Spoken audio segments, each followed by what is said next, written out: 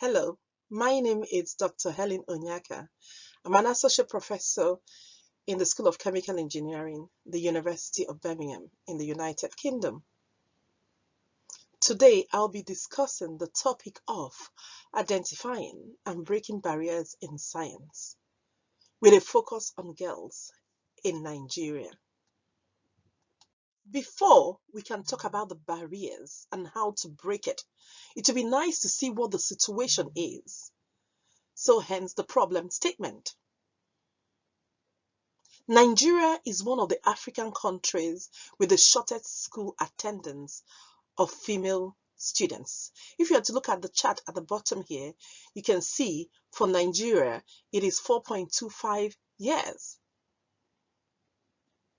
According to United Nations Children's Fund, UNICEF, they have decreed that the number of out-of-school girls in Nigeria is 18.5 million.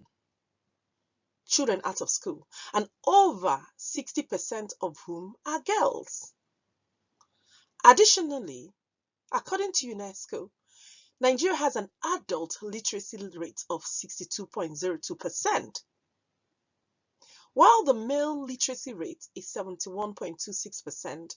For females, it is 52.66%, showing a big gap between the sexes. In Nigeria, girls face many barriers to participating in science, including the lack of access to education, lack of role models and representation, and also cultural biases. These barriers can have a significant impact on the progress of science and the ability of the girls to participate in and also contribute to the field. First, let's discuss the lack of access to education.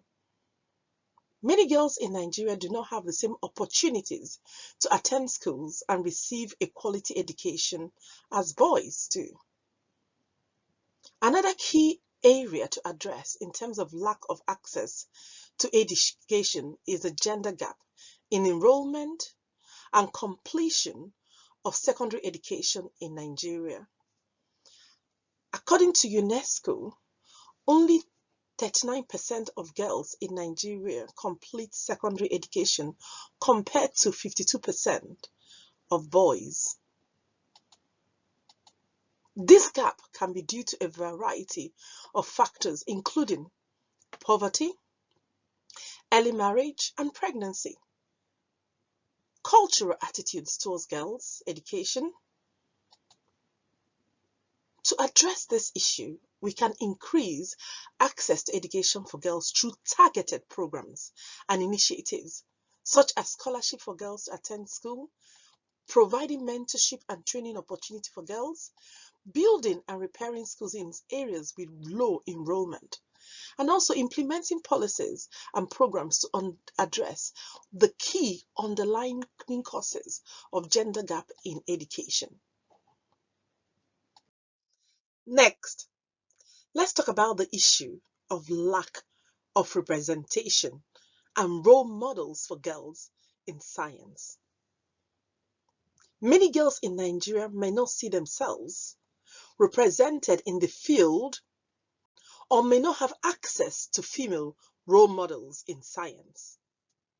And this is a big issue. However, to address this issue, we can try to increase representation and role models for girls in science through initiatives that will encourage and support participation of girls in science. Such initiatives could be things like outreach programs to girls in Nigeria, and also providing scholarships and fellowships for girls interested in STEM subjects or STEM field.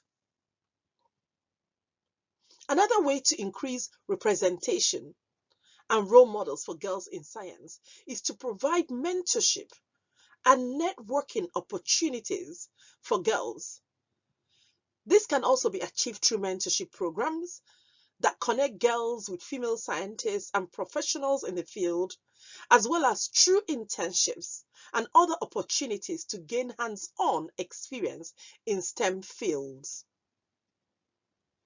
Additionally, promoting role models of girls and women who have excelled in STEM fields can inspire girls to pursue careers in science, technology, engineering, and mathematics. Another important barrier to address is cultural biases and stereotypes that discourage girls from pursuing science. These cultural biases can be addressed through educating the public and building a culture of support and encouragement for girls in science. How can we achieve this? This can be achieved through initiatives such as promoting gender equality in education and also in the workplace, and working with community leaders to shift cultural attitude towards girls' education and participation in STEM field. Also, this can be done by providing education and training on the importance of gender equality and the benefits of girls' education and participation in STEM fields to the community leaders and also the educators as well, and parents. Very important that we do this. Lastly, and very important point now, is policies and programs that support girls' retention and success in STEM field can be provided, such as providing safe and inclusive learning environment and providing support also for girls to continue their education and professional development. Lastly, one barrier that is very important that requires attention is addressing the issue of lack of access to resources and funding for girls in STEM subjects or STEM field is very crucial. However, this can be achieved by providing funding and resources specifically for girls in STEM fields. Funding such as scholarships, grants, and other financial assistance being made available for girls. It is also important to provide resources and support for girls to conduct research and advance their careers, such as access to laboratories abroad or anywhere, equipment, and other necessary resources. In Nigeria, girls face many barriers to participation in STEM subjects, which include things like lack of access to education, lack of role models and representation, cultural biases, and also lack of resources. I would like to make certain recommendations on what can be done. Firstly, increase funding for scientific research. Adequate funding is crucial for conducting research and making scientific discoveries. Government and private organizations should invest more funds in scientific research to provide scientists with the resources they need to make important contribution. Secondly, we need to also improve access to resources and educational opportunities. Organizations such as Nigerian Academy of Science and National Mathematical Center should continue to provide education and mentorship programs for young scientists, particularly those from underprivileged communities.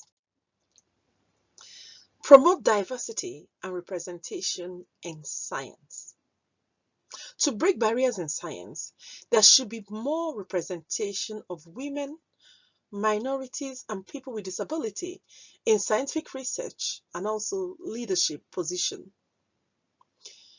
We can achieve this through initiatives such as mentoring and networking opportunities for the underrepresented groups.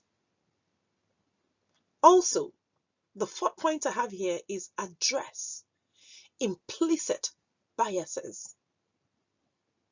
Implicit biases can prevent individuals from fully participating in and contributing to scientific research and discovery. So organizations should provide training and education on how implicit biases, what they are, and how we can address them.